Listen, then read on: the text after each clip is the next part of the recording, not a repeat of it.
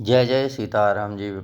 भगवान भक्तजनों, आज मैं दुर्गा सप्तशती पाठ अंतर्गत 13वें अध्याय का महात्म्य हिंदी भावार्थ सहित बतलाने जा रहा हूँ। 13वां अध्याय है जिसमें दिया है सुरथ और वैश्य को देवी का वरदान। ध्यान। जो उदय काल के सूर्यमंडल की सी कांति धारण करने वाली हैं, जिनके 4 भुजाएं और 3 नेत्र हैं, तथा जो अपने हाथों में पाश, अंकुश, वर एवं अभय की मुद्रा धारण किए रहती हैं, उन शिवा देवी का मैं ध्यान करता हूँ अथवा करती हूँ। ऋषि कहते हैं, राजन, इस प्रकार मैंने तुमसे देवी के उत्तम महात्मा का वर्णन किया जो इस जगत को धारण करती हैं। उन देवी का ऐसा ही प्रभाव है, वे ही विद्या अर्थात ज्ञान उत्पन्न करती हैं। भगवान विष्णु की माया स्वरूपा उन भगवती की द्वारा ही तुम ये वैश्य तथा अनन्य विवेकी जन मोहित हुए हैं तथा आगे भी मोहित होंगे। महाराज, तुम उन्हीं परमेश्वरी के शरण में जाओ। आराधना करने पर वे ही मनुष्यों को भोग, स्वर्ग तथा मोक्ष प्रदान करती हैं।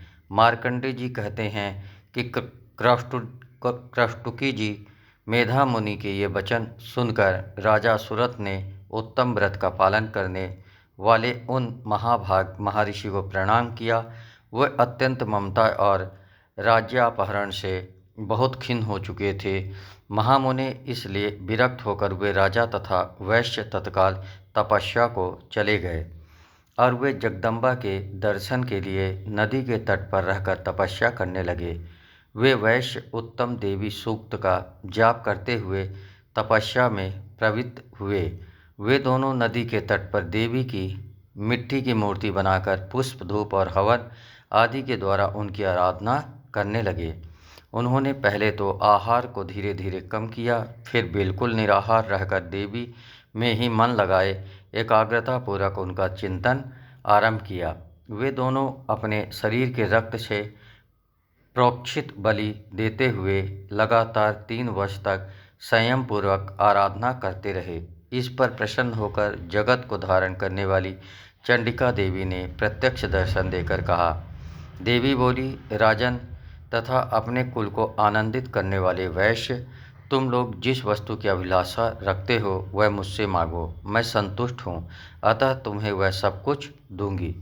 मार्कंडेय जी कहते हैं कि तब राजा ने दूसरे जन्म में नष्ट न होने वाला राज्य मांगा तथा इस जन्म में भी शत्रुओं की सेना को बलपूर्वक नष्ट करके पुनः अपना राज्य प्राप्त कर लेने का वरदान मांगा।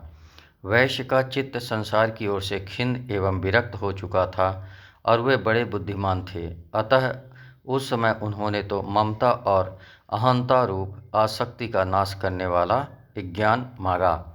देवी बोली, राजन, तुम थोड़े ही दिनों में शत्रुओं को मारकर अपना राज्य प्राप्त कर लोगे। अब वहाँ तुम्हारा राज्य स्थिर रहेगा। फिर मृत्यु के पश्चात तुम भगवान विवस्वान अर्थात सूर्य के अंश से जन्म लेकर इस पृथ्वी पर सावर्णिक मनु के नाम से विख्यात होगे। वैश्यवर, तुमने भी जिस वर को मुझसे प्राप्त करने की इच्छा की है उसे देती हूँ। तुम्हें मोक्ष के लिए ज्ञान प्राप्त होगा। मार्कंडेय जी कहते हैं कि इस प्रकार उन दोनों को मनवांछित वरदान देकर तथा उनके द्वारा भक्तिपूर्वक अपनी स्तुति सुनकर देवी अंबिका तत्काल अंतर्धान हो गई। इस तरह देवी से वरदान पाकर क्षत्रियों में श्रेष्ठ सुरथ सूर्य से जन्म ले सावर्णी नामक मनु होंगे। इस प्रकार मार्कंडेय पुराण में सावर्णिक मनवंतर की कथा के अंतर्गत देवी महात्म्य में सुरथ और वैश्य को वरदान नामक 13वां अध्याय पूरा हुआ। जय जय प्रभु, जय जय श्री सीताराम जी भगवान की।